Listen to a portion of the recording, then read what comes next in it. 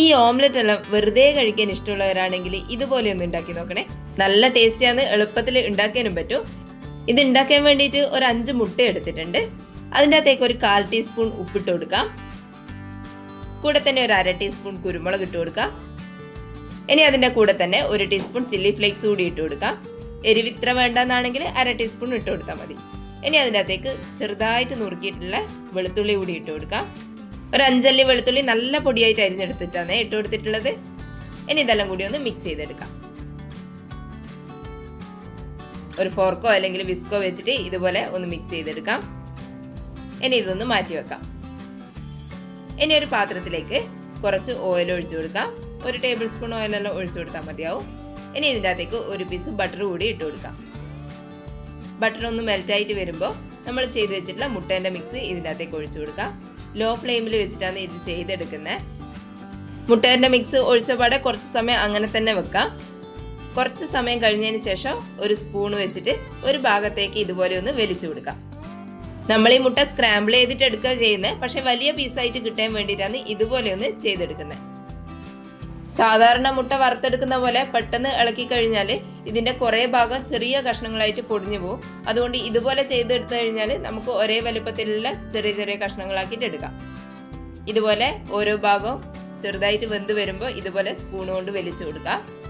എന്നിട്ട് ബാക്കിയുള്ള ഭാഗം കൂടി ഇതുപോലെ തന്നെ വേവിച്ചെടുക്കാം.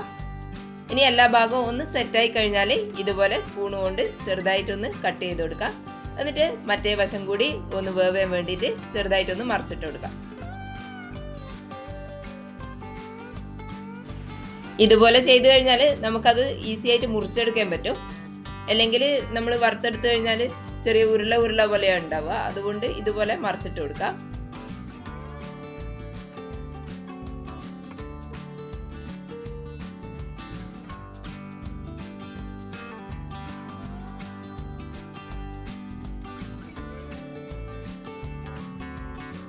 രണ്ട് ഭാഗവും ഒന്ന് വെന്ത് വന്നു കഴിഞ്ഞാൽ ഇതുപോലെ ഒന്ന് മുറിച്ചു കൊടുക്കാം.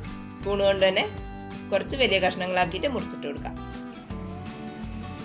ഈ ഒരു വലുപ്പത്തിൽ വേണം നമുക്ക് കിട്ടാൻ വേണ്ടിയിട്ട്. ഇനി ഇത് വേറൊരു പാത്രത്തിലേക്ക് മാറ്റി വെക്കാം. ഇനി അതേ പാത്രത്തിലേക്ക് തന്നെ കുറച്ചുകൂടി ബട്ടർ ഇട്ട് കൊടുക്കാം. ബട്ടർ ഒന്ന് മെൽറ്റായിട്ട് വരുമ്പോൾ പിന്നെയും ഒരു 5 വെളുത്തുള്ളി ചെറുതായിട്ട് അരിഞ്ഞിട്ട് ഇതിൻ്റെ അകത്തേക്ക് ഇട്ട് കൊടുക്കാം. അതിനെ ഒന്ന് മൂപ്പിച്ചെടുക്കാം. ലോ ഫ്ലെയിമിൽ വെച്ചിട്ട് വേണം ചെയ്യാൻ വേണ്ടിയിട്ട്.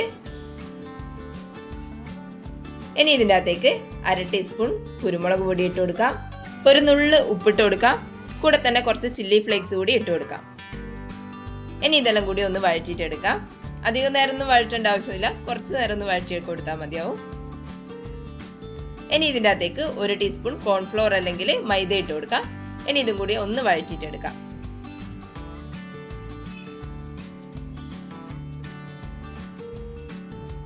ഇനി ഇതിൻ്റെ അകത്തേക്ക് ഒരു 1/4 കപ്പ് പാൽ ഒഴിച്ചു കൊടുക്കാം.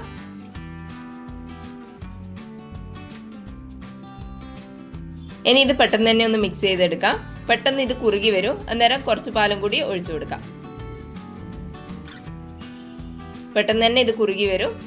ഇതുപോലെ ഒന്ന് കുറുകി വന്നു കഴിഞ്ഞാൽ ഇതിൻ്റെ അകത്തേക്ക് ഒരു 1/4 കപ്പ് പാൽ കൂടി ഒഴിച്ചു കൊടുക്കാം.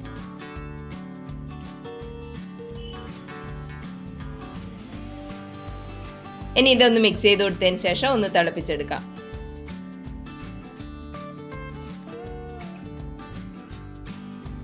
ഇതുപോലെ ഒന്ന് ചെറുതായിട്ട് തിളച്ച് വരുന്ന സമയത്ത് ഫ്ലെയിം ഓഫ് ചെയ്ത് കൊടുക്കുക. അതിനുശേഷം നമ്മൾ ഉണ്ടാക്കി വെച്ചിട്ടുള്ള മുട്ട ഇതിൻ്റെ അകത്തേക്ക് ഇട്ട് കൊടുക്കാം. ഇനി ഇതെല്ലാം കൂടി ഒന്ന് മിക്സ് ചെയ്തെടുക്കാം. ഈ സമയത്ത് കുറച്ച് മല്ലിയില കൂടി വേണമെങ്കിൽ ഇട്ട് കൊടുക്കാം. ചെറുതായിട്ട് അരിഞ്ഞിട്ട് ഇതിൻ്റെ അകത്തേക്ക് ഇട്ട് കൊടുത്താൽ മതി. ഇല്ലെങ്കിൽ കുഴപ്പമൊന്നുമില്ല. നന്നായിട്ടൊന്ന് മിക്സ് ചെയ്തെടുക്കാം. ഇത്രയേ ഉള്ളൂ, നമ്മളെ മുട്ട റെഡി ആയിട്ടുണ്ട്. ഇത് വെറുതെ കഴിക്കാനും നല്ല ടേസ്റ്റാണ്. അല്ലെങ്കിൽ ചപ്പാത്തിൻ്റെ ഉള്ളിൽ വെച്ചിട്ടോ ബ്രെഡിൻ്റെ കൂടെയോ എല്ലാം കഴിക്കാൻ നല്ല ടേസ്റ്റാണ്. എന്തായാലും ഒന്ന് ഉണ്ടാക്കി നോക്കിക്കോ. വീഡിയോ കണ്ടിട്ട് ഇഷ്ടപ്പെട്ടിട്ടുണ്ടെങ്കിൽ ഒന്ന് ലൈക്ക് ചെയ്ത് സബ്സ്ക്രൈബ് ചെയ്യണേ.